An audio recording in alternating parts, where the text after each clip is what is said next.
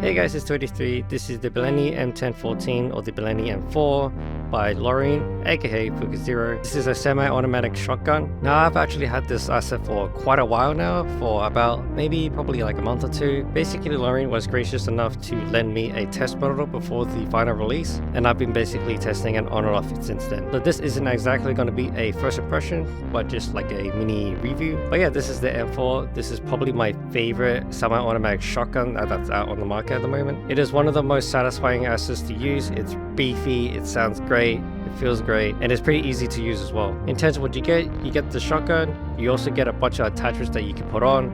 In terms of optics, you get this EOTech, you get this Elco red dot, you get a Spectre DR with an SRO on top, and you get an aim pump pro. This also comes with a suppressor. One of my favorite things about the suppressor is that it isn't Hollywood quiet, it's actually kind of still beefy, it's kind of still loud, and I quite like that actually. There are 3 types of ammunition that you can use.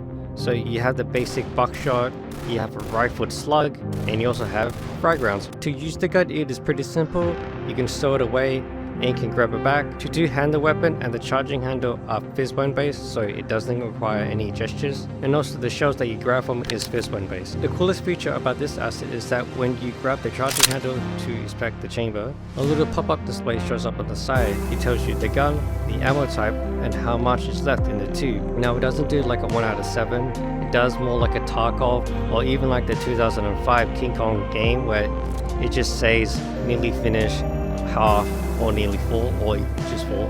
So that's kind of cool. I quite like that feature. Now with the HUD display, you can set it so that only you can see it. Now in terms of shooting, all you have to do is a fist. It is weighted. Now I note with the trigger is that when you shoot the gun, you have to fully let go of the trigger. So if I leave my finger on the trigger and just release it, we won't shoot again. So you have to fully let go and then you can shoot again. In terms of reloading, on empty or bolt lock, what you can do is you can either feed it through the tube first, or you can drop one in the chamber. Now if you're familiar with the M4s, it has a bolt release button on the right side of the receiver. What you can do is you can whack it like that, or you can just grab the side and pull back. Loading the tube, what you do is grab a shell and then you just insert it into the feeding ramp. Now because the grabbing shell is a bone, if you just hold on to the bone, you will just hold on to a shell.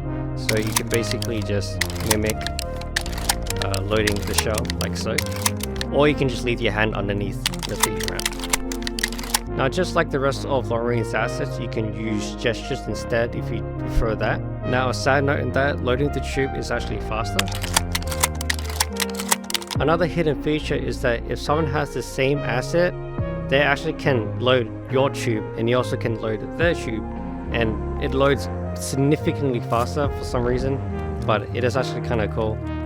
Lorraine and I actually found that out by accident. I just for a laugh tried to load their tube and it actually did work, so it is a hidden feature that you can do, but it only works if the other person has the same asset. But yeah, that's pretty much it. To find this asset, you can go into the booth page. It is listed as 2,000 yen. Now like I said earlier, I've been using this quite a lot, especially in roleplay scenarios like LARPing scenarios and stuff, and it performs really well. Just like the rest of the assets, they're all pretty good, and especially in a LARPing sense, because Lorraine, by my knowledge, actually participates in LARPing events, and just the way they set up their assets caters towards LARPing. So with that being said, if you're looking for a very satisfying semi-automatic shotgun, and that's great for LARPing, why not check this out? Okay, thank you, bye bye.